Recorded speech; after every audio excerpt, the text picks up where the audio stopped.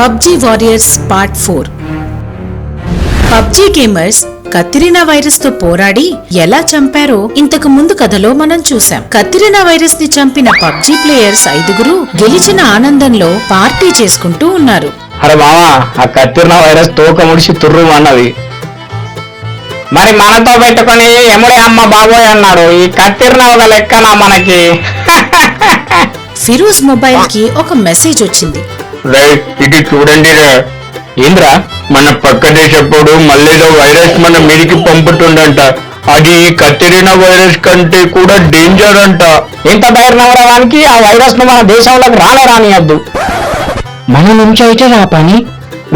ఏముంది, ఏలియన్స్ నే గెలిచినాం. ఈ వైరస్ ఒక లెక్కనారా మనకు? తండ్రి, ఆ వైరస్ ను ఆన్ దేశానికే పార్సిల్ చేద్దాం. అవునరా, పబ్జీ గేమర్స్ సత్తా ఏందో చూపిద్దాం. జై పబ్జీ, జై పబ్జీ అని గట్టిగా జై కొట్టారు. తెల్లారి అందరూ కలిసి హిమాలయాలకు వెళ్లారు. అందరి చేతుల్లో గన్స్ ఉన్నాయి.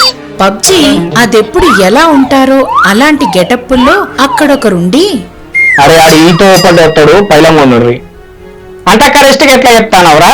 Intelligence report interval. అరే ఇంటర్వెల్ కాదురా, ఇంటెలిజెన్స్. మూసుకున్నాడు చూడండి రా, ఎవడు వస్తున్నాడు.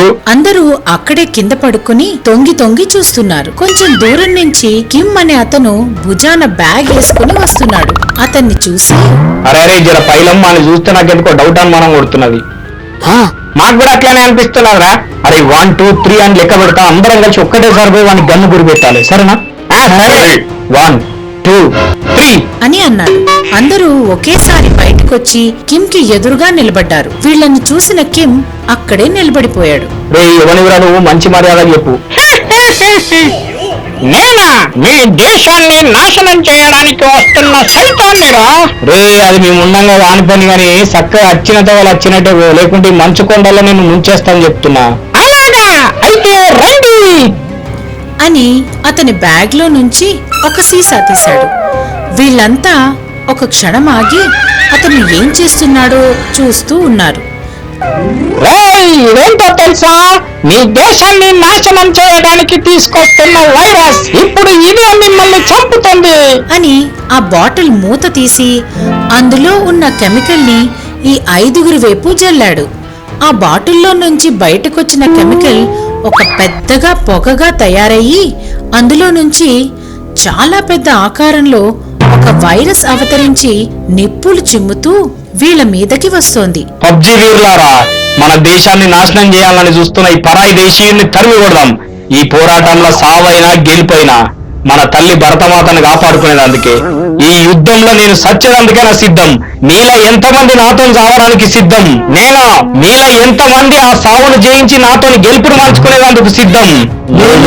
లేదు అని అనుకుంటూ అందరూ చేతులు పైకెత్తారు. జై పబ్జీ, జై పబ్జీ అని ఆ వైరస్ మీద దాడి చేస్తూ ఉన్నారు. కానీ ఆ వైరస్ నిప్పులు చిమ్మితే మంచు కొండలన్నీ కరిగిపోతున్నాయి. అందరూ భయపడి పరిగెత్తుతున్నారు. వాళ్ళు ఎటు వెళ్తే అటు వైరస్ కూడా వెళ్తోంది. వైరస్ మీదకి దాడి చేస్తున్నారు కానీ ఆ బుల్లెట్లు ఆ వైరస్ ని ఏమీ చేయలేకపోతున్నాయి. పబ్జీ ప్లేయర్స్ కి ఏం చెయ్యాలో అర్థం కావట్లేదు. అందరూ ఆ వైరస్ కి కనిపించకుండా దాక్కుని, అరే ఏం చేద్దాం రా, ఆ వైరస్ మనల్ని విడిచిపెట్టేటట్లేదు. మన భయంలోనే మన ఓటమి ఉన్నది. కొంచెం బుర్ర పెట్టి ఆలోచించండి. ఆ వైరస్ ను బుల్లెట్లతో కాదు చంపుడు, తెలుగుతో చంపాలి. కొంచెం అర్థమయ్యే భాషలో చెప్పురా. అరే ఆ వైరస్ కి అసలు ఏ ప్రోగ్రామింగ్ చేయలేదురా. మనిషి ఎటు పోతాలో అటు పోతున్నది. అయితే ఇప్పుడు మనందరం ఆ వైరస్ తెచ్చిన సైడ్ ఉరుకుదాం. ఆ దగ్గర రాకపోగానే అందరం పక్కకు పోదాం. దెబ్బకి ఆ వైరస్ ఎదురుగా ఆన్ ఏంటనే పడుతుంది. ఎట్లున్నది ఐడియా వస్తుంది, పదండి అలాగే చేద్దాం అని అందరూ కలిసి కిమ్ ఉన్న వైపు పరిగెత్తారు. అది చూసి కిమ్ కూడా భయపడి పరిగెత్తడం మొదలుపెట్టాడు. అందరూ కిమ్ దగ్గర దాకా వెళ్లి దగ్గరకు రాగానే పక్కకి వెళ్లి మంచు చాటున దాక్కున్నారు. వైరస్ అతని వెంటపడి అతని మీద కాలేసి తొక్కి చంపి అలాగే ముందుకు వెళ్లిపోయింది. ఈ నలుగురు కిమ్ దగ్గరకొచ్చి నిలబడి చూస్తున్నారు. రే నా దేశాన్ని నాశనం చేయాలని చూసే పతోనికి పట్టే గతిదే. జై పబ్జీ, జై పబ్జీ అని అరుస్తూ ఉన్నారు. Mobile repair shop. Ashok city సెంటర్లో మొబైల్ షాప్ నడిపిస్తూ ఉంటాడు. కొత్త మొబైల్స్ అమ్మేవాడు. అలాగే పాత మొబైల్స్ ని రిపేర్ చేసేవాడు. అశోక్కి ఆశ చాలా ఎక్కువ. జనాలని మోసం చేస్తూ ఉండేవాడు. నమస్తే సార్. నమస్తే నమస్తే. చెప్పరు ఏం కావాలి? ఇగో ఈ ఫోన్ పొద్దుగాల నుంచి నడుస్తా లేదు సార్. నాకేమో ఫోన్ల గురించి పెద్దగా తెలియదు. నంబర్ వత్తంగానే లైట్ వచ్చేది, ఇప్పుడు వస్తలేదు సార్. అవునా, ఇటే చూస్తా అని ఆ ఫోన్ తీసుకుని ఇటు అటు తిప్పి చూసి ఆన్ చేశాడు. ఫోన్ ఆన్ అయింది, మళ్ళీ ఆఫ్ అయింది. అది చూసి అశోక్ చిన్నగా నవ్వుకొని, ఇంట్లో ఛార్జింగ్ లేదు, ఈ ముసలానికి ఏం తెలియదు, ఫోన్ ఖరాబ్ అయిందని ఎంతో కొంత గుంజొచ్చు అని మనసులో అనుకుని, ఓ పెద్ద మనిషి, ఈ ఫోన్ బ్యాటరీ ఖరాబ్ అయింది, ఎంత అవుతుంది సారు? 200 అవుతుంది. 200? అన్ని లేవు సార్ నా దగ్గర. ఎంత ఉన్నాయి? ఇగో 150 ఉన్నాయి సార్. సరే ఇయ్యి, ఏదో పెద్ద మనిషి అని ఇస్తున్నా, బయటకి ఎవరికి చెప్పకు అని చెప్పి ఆ ఫోన్ లో బ్యాటరీ మార్చినట్టు యాక్ట్ చేసి ఇచ్చేశాడు. ఆ ముసలాయన ఆ ఫోన్ తీసుకుని అక్కడి నుంచి ఇంటికి బయలుదేరాడు. అశోక్ చేసే మోసాల గురించి శేఖర్ అనే అతనికి తెలిసింది. ఆయన అశోక్ కి ఎలాగైనా బుద్ధి చెప్పాలని అనుకున్నాడు. ఒకరోజు అశోక్ షాప్ కి వచ్చాడు. నమస్తే సార్, చెప్పురు ఏం కావాలి? ఇగో నా దగ్గర ఫోన్ ఉంది, దాన్ని అమ్మి పెట్టాలి. ఏది ఫోన్? ఇగో అని ఆ ఫోన్ అశోక్ ఇచ్చాడు. అశోక్ ఆ ఫోన్ తీసుకుని చూసి, అరే సార్, ఇది వెనకటి ఫోన్, ఇప్పుడు ఎవరు కొంటారు దీన్ని? అట్లా అనుకురి, పాత ఫోన్ అయినా మస్తు పని చేస్తుంది, జర అమ్మి పెట్టురి, మీకు కమిషన్ ఇస్తా.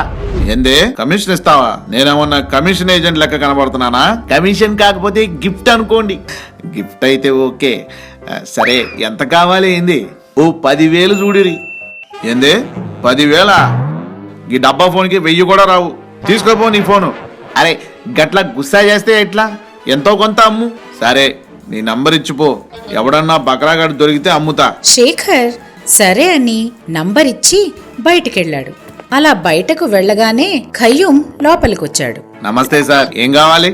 మాకి ఫోన్ మీకి రీఛార్జ్ చెయ్యాలి. మీకి మాకి ఇదేం భాషరా నాయనా? సార్ నంబర్ చెప్పండి అని అంటూ ఉండగా పక్కన శేఖర్ ఇచ్చి వెళ్లిన మొబైల్ ఖయ్యంకు కనిపించింది.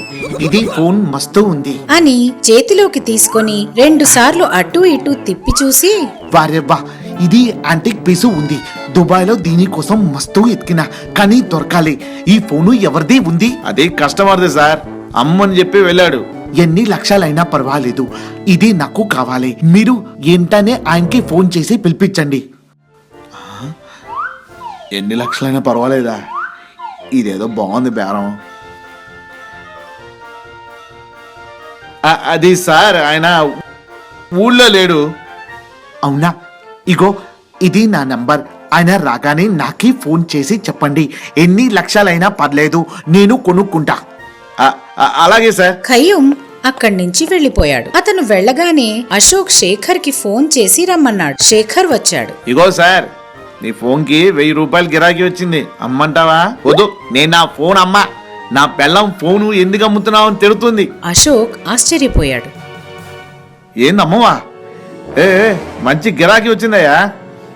వద్దు సార్, పెళ్లి అయినాక నా పెళ్ళం కొనిచ్చిన ఫస్ట్ ఫోన్, దానికి 1000 10,000 అని లెక్క కట్టలేను. నా ఫోన్ నాకు ఇయ్యని పోతా. ఇగో నేను చెప్పేది నువ్వు 10 అన్నావు, నేను 50 ఇస్తా, అది నాకు ఇవ్వు. నా పెళ్ళం ఏముంటదో ఏమో. 50,000 ఇంటికి తీసుకుపోతే మస్తు ఖుషి అవుతుంది, ఏమందే అని చెప్పి 50,000 శేఖర్ చేతిలో పెట్టాడు. మీ మాట కాలం లేక ఇస్తున్నా, నా పిల్లం ఏముంటుందో ఏమో, మరి పోయొస్తా అని బయటకి బయలుదేరాడు. మంచిది, పోయారండి అని అతను వెళ్ళగానే ఖయ్యూమ్కి ఫోన్ చేశాడు. ఆ ఫోన్ నంబర్ మీద ఎలాంటి ఫోన్ లేదు. ఎన్నిసార్లు ట్రై చేసినా కలవడం లేదు. వీడు నన్ను మోసం చేసిండు, నిండా మునిగిన వాణ్ణి వీణ్ణి ముంచి నేను సంపాదిస్తే వీడు నన్నే ముంచిండు. అయ్యో అని నెత్తికి చేతులు పెట్టుకున్నాడు. శేఖర్ ఖయ్యూమ్ ఇద్దరూ ఒక చోట కూర్చొని ఉన్నారు. అరే వాని పని మంచిగా అయిందిరా. అవురా, వాడు జనాల్ని మోసం చేసి సంపాదించిన సొమ్మిది.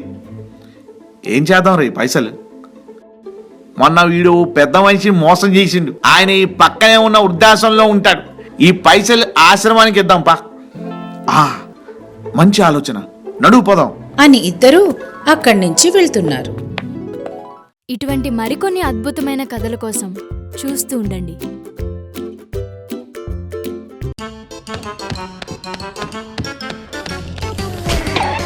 కాకా టీవీ.